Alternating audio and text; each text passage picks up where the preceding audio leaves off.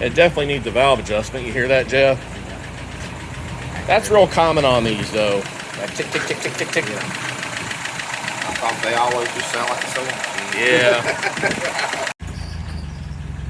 Yeah, they sure did. Yep.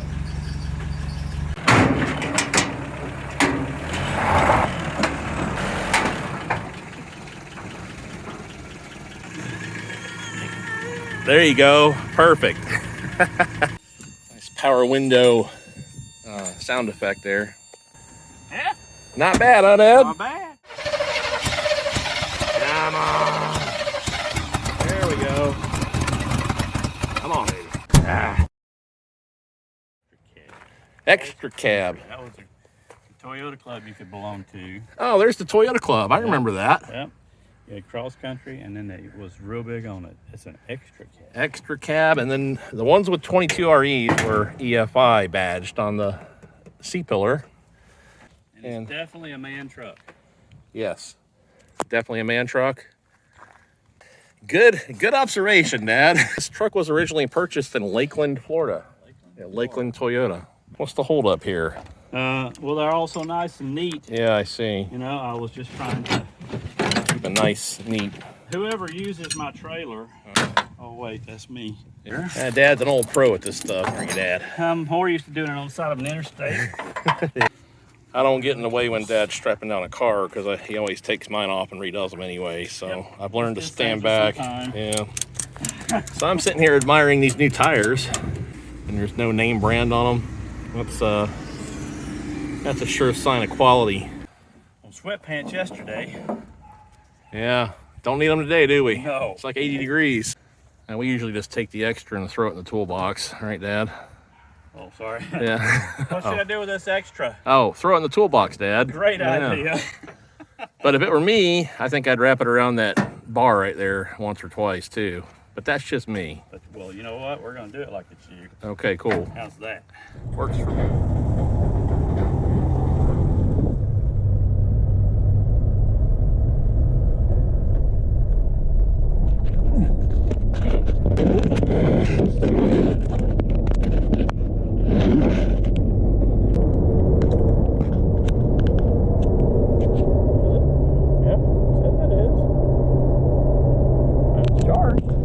Got the Toyota truck back to my dad's place. So what's your overall prognosis here, Dad?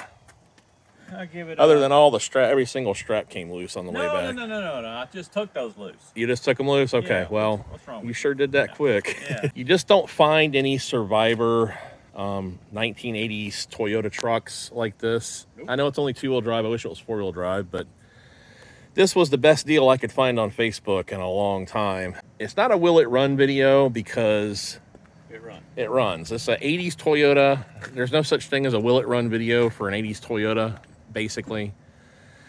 The only time this truck probably never ran is if it needed a fuel pump or a battery, and that's probably only been once or twice in its life. You know, it's just, I don't think it's been waxed like ever, probably. It may have been touched up or something in the past. This is going to be primarily a cleanup video, but you know, I mean, look at the headliner and stuff. It's really good. Steering wheel is good. There's only one crack in the dash. It's got a pretty nice CD player. The driver's seat, you know, driver's seats and everything get kind of crapped out. We got seat covers. Yeah, that's why God made seat covers. Got an owner's manual here. I think these rims here might be off a newer Toyota truck. You can see how... Oh, yeah. Here's the original wheel. Yeah. It had that horizontal slot style. You are correct, yes. The original wheels on this truck should have looked like... Yeah. That's the original style. The horizontal slotted with the black center caps. Toyota trucks didn't come with back bumpers when they were new in the 80s. You had to buy one. SR5 used to be something kind of special. You paying attention, Dad? I'm listening. I'm fixing to correct you, but go ahead.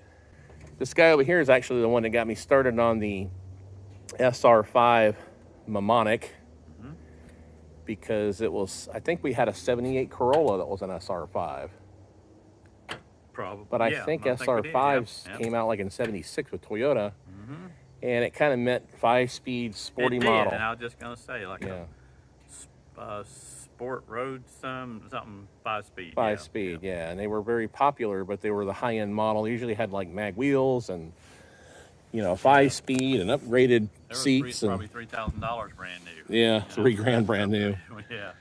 Now, this truck here kind of evolved and became a package on the Toyota trucks. They usually always had nicer door panels and a tachometer dash, and a lot of them had sunroofs. A lot of them had power windows and locks in the mid-'80s. So this is like a entry-level SR5, would you say, Dad? Yeah. Now SR5 on a modern Toyota doesn't mean anything. It means like... I don't know if they have that anymore. They do. SR5? Oh, sure. Oh. Well, so But it's kind of like an XLT. It's kind of like XLT or LS or SLT or XLE. Just kind of means middle of the road. Yeah. This guy over here had multiple Toyota trucks when I was a kid, and he absolutely had one that was identical to this truck. Oh yeah, I would have thought this was it. Well, I mean, his was like brand new, of course, but it was the same color, it was the same option packages, same year. Just right, yeah. So a lot of 80s manufacturers, though, when they went to EFI and automatic overdrive, there was a lot of badging to show off their latest technology. But these 22RE engines they're unstoppable. All right, so we'll be back in the morning with more. All right, so next morning, ain't Dad? Yep. You trying to get out of the camera today or what? No, I was getting up in it, yeah. Oh, okay, all right, getting up in it. The energy unit from June of 21. Yeah. That means that battery will be bad in about 3 months. This is the legendary 22RE. This is a great engine. And for some reason, I don't know why I know this, but this mass airflow sensor has a door that sweeps right here inside this whoop-de-doo thing. And they can be adjusted, but we're not going to do any of that to this. What I've done instead so far, we're going to clean this truck up and do a little test drive. I took some grease lightning and some paper towels because originally I thought this paint was thinning out, but as it turns out, it's just really dirty. So I'm gonna basically soak down this whole truck with grease lightning, including what a lot of people hate to see is the engine compartment. And Dad's got the trusty pressure washer. 9,000 PSI. 9,000 PSI, 5 gallon a minute. Yeah. Electric job. But I'm gonna make sure that thing works before I start soaking this with grease lightning. I've learned that the hard way. And there's the Firebird. It's on previous videos that I did. In storage currently. It probably ought to be hit with a pressure washer too, Dad. No, it's just got falling on. Oh, okay. Yeah. Melts it right off. Grease lightning. Ain't nothing like it. Yeah, man. Grease lightning is good stuff. Yeah.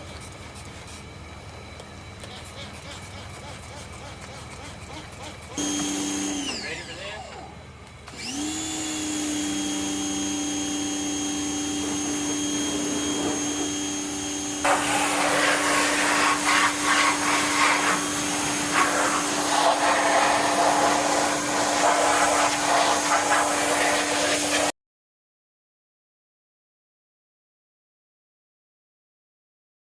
Got quite the pressure washing operation going on out here. It's looking better, but this has got some kind of sticky residue along with whatever this mold or whatever is. So Dad went to Home Depot to get more grease lightning, because that's the only thing that's really cutting through it.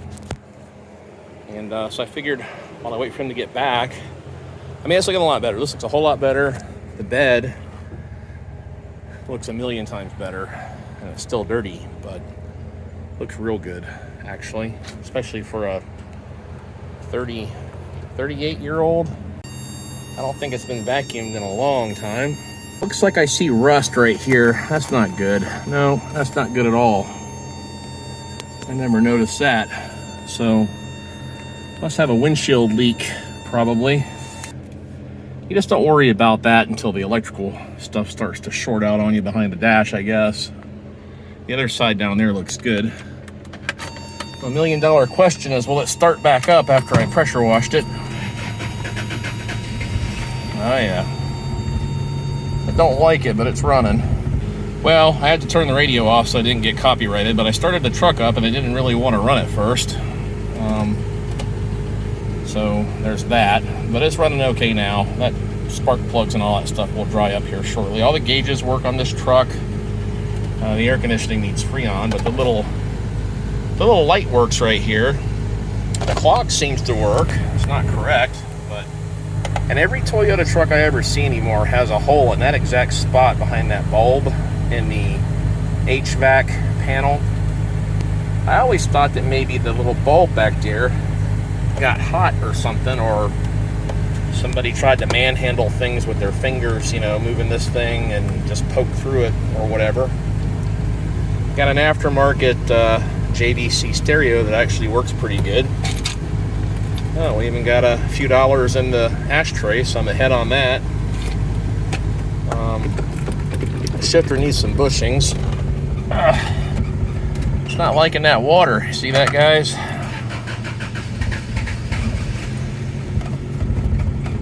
Well, I may actually have to get out and dry the engine off.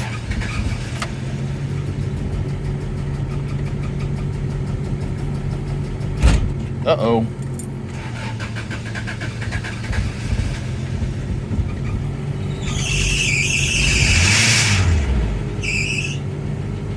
There it goes. Whatever had to happen just popped, and now it's running fine. Cool. You can't hurt a 22R engine, okay? You just can't do it. Have any of you Toyota guys ever seen anything like this? I noticed it had cup holders in it, but it's got... I mean, look at that. That looks like it's supposed to be made that way. Is this some kind of aftermarket gadget of some kind? Huh. It's pretty sturdy even. Never seen anything like that in my life. It's got a mount on each side. Very cool. This, I think this has been recovered, but it's not that bad for the age. Got a couple of doodads down in there. Oh, look at that. I don't know what that is. Oh, aux cord and a nightstick flashlight. The passenger seat's in good shape. The door panels are actually in really good shape, except for that glob of grease or whatever. I'm going to try to get off of there shortly. I'll start vacuuming out the interior and try to dry up the ignition system and see if this thing's going to run.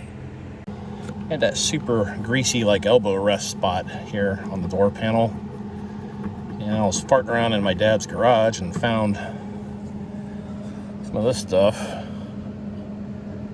This is some kind of solvent. When you clean spots on things with soap, you run the risk of all the spots coming back. So I soaked it down with this stuff first, and I found this in the back seat, and this has a tapered plastic edge here that's kind of sharp a little bit, and I started scraping into the grease. It was all just like heavy grease from the guy's elbow, I guess. And then at the last pass, I took this thing and kind of, I did it in this corner right here,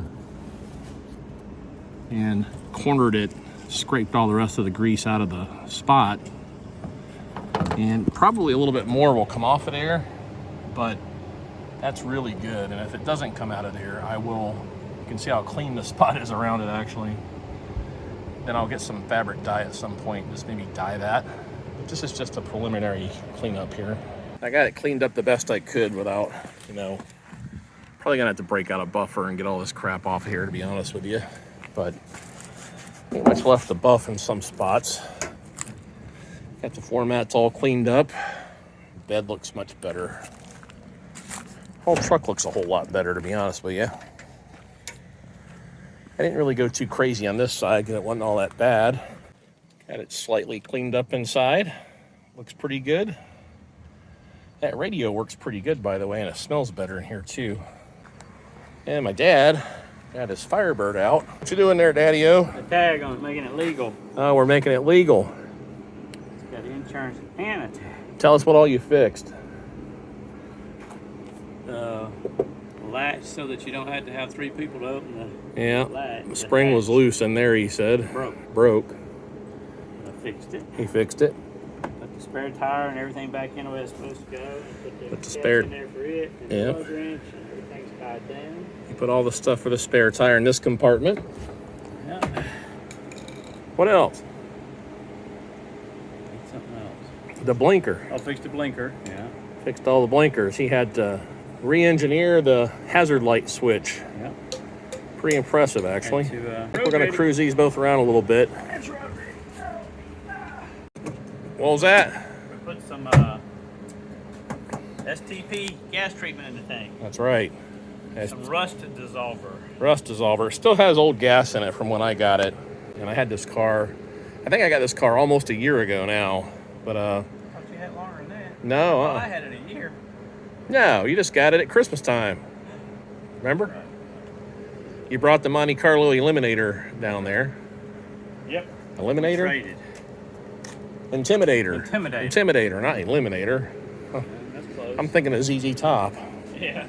So I come up with this great idea of wedging something underneath there, putting pressure on it, then pushing the button, and it popped up. Cool. Then I fixed the spring. Cool. So let's see how it works now, Dad. 1, 2, 3, boom! Look at that. This was very detailed, and there's Yeah. the spring. Well, I put that spring on there good this time. Oh, good. Yep. We're ready to cruise the lake seating, aren't we, Dad? Yep.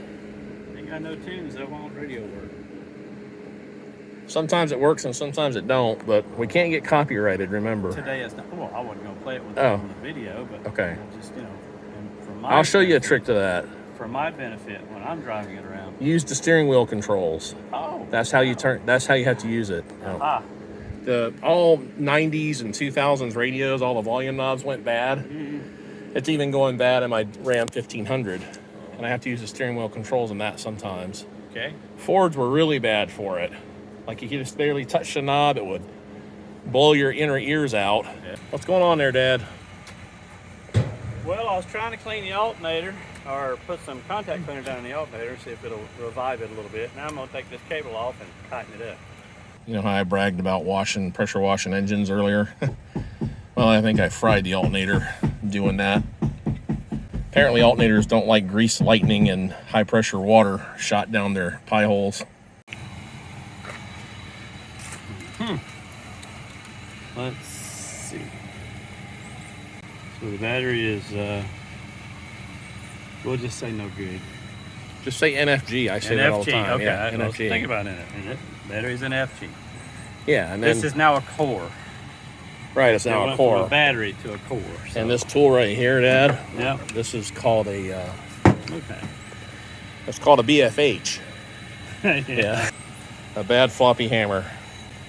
Well, I can run and grab one, but we're gonna jump it off and drive it anyway. Oh, gonna keep it running? Yep. We'll take jump box. Yeah. Does that jump box got enough jump to it? Oh yeah. Instead of us riding together, he's gonna take his Firebird, and that way I can just leave this in a ditch or whatever and ride back with him.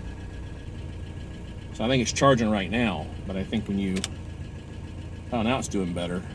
Right. Maybe it just needs to be drove a little bit, maybe, I don't know. Get that water out of it. By the way, for manual steering, this isn't even all that difficult to turn. It's pretty easy, actually. Remember when I was a kid, my dad's was really hard to turn, or maybe I was just really wimpy, or maybe it was both.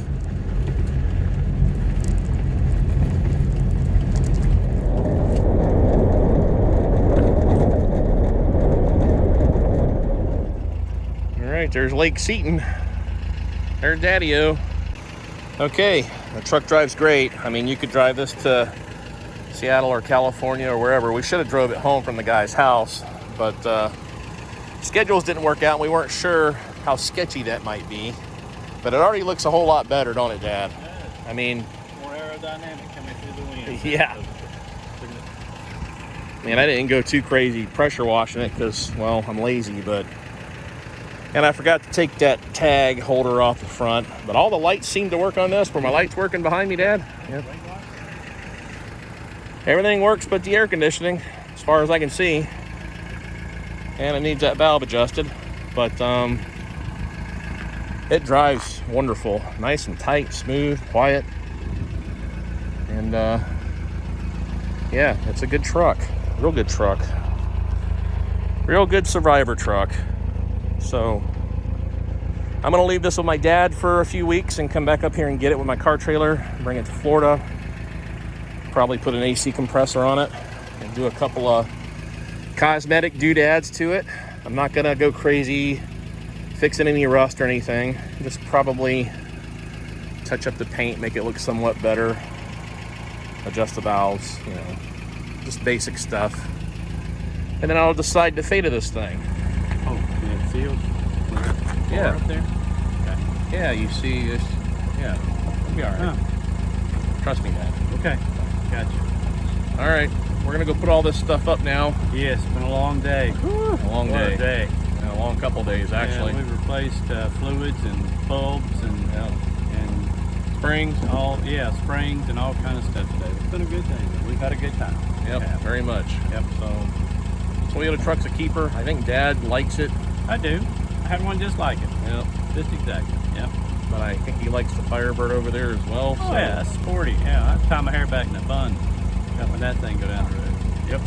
So good Survivor Toyota truck, 22R. You don't find them around much anymore. I was up here in Georgia. It was cheap. Facebook. Had to grab it. Yep. Couldn't say no. Yep. I'm addicted. I come by it honestly with my dad here. And now I got something else to come and deal with. But hey, it's a lot of fun. So if you like this video, make sure you give me a thumbs up. Yeah. And subscribe if you haven't Subscribe to the subscribed yet. channel. You'll see Dad We in need more videos subscribers. in the future. Yes. Yeah. If you want to see more of me, subscribe. If you want to Maybe see more Dad, that may not be it. make sure you take that notification bell to Pound Town for me. Oh yeah, Yep. do that. Yeah. And I will catch you on the flip side. And tune in again. See you next time. All right. Tune in again. Thanks for watching. Yep.